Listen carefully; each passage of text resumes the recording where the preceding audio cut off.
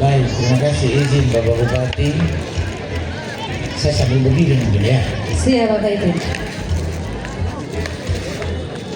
Baik, mudah-mudahan semua kita saling tahu, kenal. Ya, yang pasti saya anak Kaimana, lahir di Kaimana, besar di Kaimana, sekolah mulai dari dulu belum ada TK, SD dari kampung di Namatota, kelas 3, lanjut di SD Misi di kota. Tadi kebetulan karena ada di Kaimana sekaligus berkesempatan memanfaatkan kesempatan ada di Kaimana untuk sekaligus melihat pelaksanaan program Bapak Presiden, yakni pelaksanaan makan bergizi gratis. Jadi tadi pagi itu berkesempatan juga untuk datang di SD Misi, SMP Misi, SMA, lalu ke sebelah ke SD Yapis, ke SMP Yapis, lanjut lagi pergi lihat atau datang di SMA, lihat program makan bergizi nasional atau makan bergizi gratis, dan juga ada program gasing, program pendidikan matematika dengan metode gasing. Metode gasing itu gampang, asik, dan menyenangkan. Bagaimana belajar matematika yang dulu itu menakutkan, sekarang bisa dilakukan dengan sambil bernyanyi. Tadi saya datang dan lihat secara langsung. Kemarin waktu kunjungan Bapak Wakil Presiden di Manokwari hari Selasa kemarin, itu salah satu titik yang dikunjungi dan melihat langsung adalah yang dilihat langsung oleh Bapak Wakil Presiden itu adalah program gasing itu. Karena itu kerjasama dari pemerintah provinsi dengan seluruh pemerintah kabupaten dengan Yayasan Yohanes Surya di Pak Prof Yohanes Surya di Jakarta dengan Akademi Gasing. Nah, Bapak Ibu dan saudara-saudara sekalian, adik-adik, anak-anak, jadi tadi sengaja saya jalan itu sekaligus mengambil kesempatan juga untuk bicara dengan anak-anak sekolah. Kenapa? Karena sekarang ini anak-anak ini, kita punya anak-anak ini, kita harus kasih motivasi untuk tinggal mereka mau atau tidak. Karena semua fasilitas disediakan oleh pemerintah. Tahun ini tadi saya tanya di SD, di SMP, terutama yang baru masuk kelas 1, itu dikasih bantuan sama pemerintah daerah kabupaten biaya masuk sekolah supaya nanti dapat seragam, baju, celana atau rok, dan juga sepatu secara gratis. SMP juga dapat, SMA juga dapat, SMA bahkan dapat double. Pemerintah kabupaten kasih, pemerintah provinsi juga kasih. Pemerintah provinsi kasih yang mau masuk SMA, SMK, itu biaya masuknya dikasih 3 juta. Kebetulan pemerintah kabupaten sudah kasih 1.700.000, sehingga yang kurangnya itu yang untuk Kabupaten Kaimana. Tapi kalau di kabupaten-kabupaten lain, pemerintah provinsi kasih karena tidak dibantu oleh atau tidak diprogramkan oleh pemerintah kabupaten, sehingga pemerintah provinsi kasih 3 juta. Yang perguruan tinggi yang mau kuliah nanti itu IPK-nya 3, bisa dapat beasiswa 10 juta. Tadinya kita anggarkan 5 juta, tapi oleh Bapak Gubernur minta dinaikkan jadi 10 juta. Terutama untuk anak-anak Papua ini. Artinya apa? Saya mau bilang Saya mau bilang buat kita semua, sekarang ini semua tersedia. Semua ada. Pemerintah siapkan semua. Meskipun juga banyak orang bilang otsus itu tidak berhasil, tapi secara umum pemerintah sesungguhnya siapkan ini. Semua pemerintah mau memfasilitasi. Kalau cerita tadi pertanyaan, bagaimana dulu? Dulu bagaimana waktu Bapak Wagub sekolah? Barang-barang ini tidak ada semua, ini cerita ini. Tidak ada bantuan-bantuan itu. Datang ke sekolah, Bapak Wagub dulu pergi sekolah tidak pakai sepatu. Saya anak SDBC.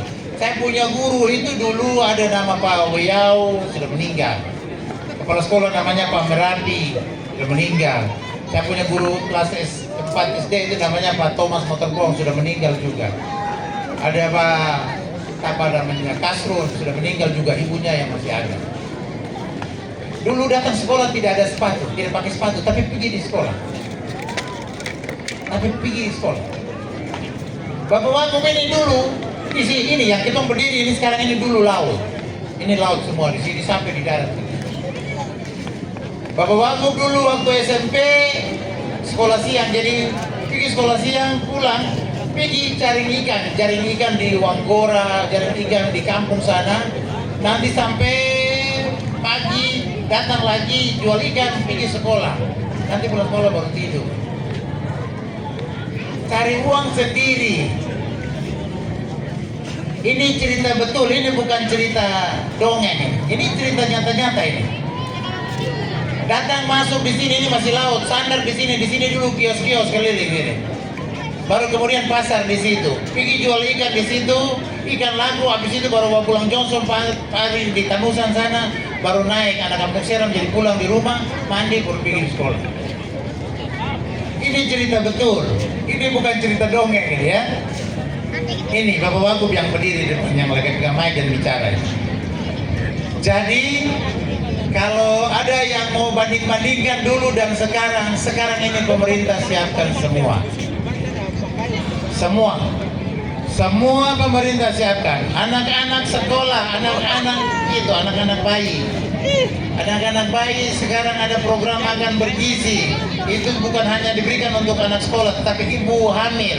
Supaya asupan gizi ibu hamil ini terjaga, tercukupi. Supaya bayi yang dikandungnya itu juga mendapatkan asupan gizi dari asupan gizi yang dikonsumsi oleh ibunya. Anak-anak bayi yang kekurangan gizi juga ada program itu bagaimana penanganan stunting. Dikasih juga vitamin, dikasih makanan bergizi supaya jangan sampai terkena stunting. Begitu juga anak-anak sekolah, mulai dari sekarang itu sudah dikasih makan seterusnya. Jadi adik-adik, kakak-kakak, bapak-bapak, ibu-ibu, mari kita punya anak-anak, kita jaga mereka dan kasih pemahaman, kasih pengertian, kasih motivasi untuk sekolah. Ada tantangan. Kalau tidak mau ada tantangan, jangan hidup. Hidup ini ada tantangan. Saya mau ambil air di situ untuk minum, mesti jalan ke sana. Harus ada usaha dulu. Tunduk sedikit, ambil air, baru minum. Tidak ada barang yang jatuh dari langit, turun, masuk dalam mulut, kemudian kita kenyang. Tidak ada. Jadi harus berusaha. Harus mau sedikit, ya bertahan. Kalau ada tantangan, ada kendala-kendala, harus siap untuk hadapi. Begitu. Jadi saya tidak bilang bahwa pendidikan sekarang jauh lebih baik. Sekarang bahkan ada teknologi terbaru namanya AI. Itu semua seolah-olah Bapak Prabowo yang tidak bisa menyanyi, seolah-olah Bapak Prabowo ada menyanyi lagu dengan nada yang pas. Padahal Bapak Presiden itu tidak bisa menyanyi. Bisa sampai yang seperti itu dibikin. Nah, pendidikan sekarang ini sudah lebih maju sekali. Tetapi kalau kita tidak mau berusaha, tidak mau belajar, tidak memanfaatkan teknologi yang sudah berkembang luar biasa pesat ini, tidak mau belajar untuk menguasai teknologi, tinggal mau enak-enak jalan ke sana kemari, nanti kita terus tertinggal seperti ini. Kita tetap ada di tempat, berdiri di tempat. Kalau kita tidak melangkah, maka kita terus akan ada di tempat ini. Kalau kita mau maju, kita harus langkah untuk maju. Kalau kita mau jadi hebat, dari sekarang kita siapkan diri kita, manfaatkan segala fasilitas yang sudah disiapkan oleh pemerintah untuk mempersiapkan diri menjadi pemimpin-pemimpin masa depan. Saya harap betul ini di tahun 2025, nanti Indonesia emas itu di 2045, itu 20 tahun dari sekarang.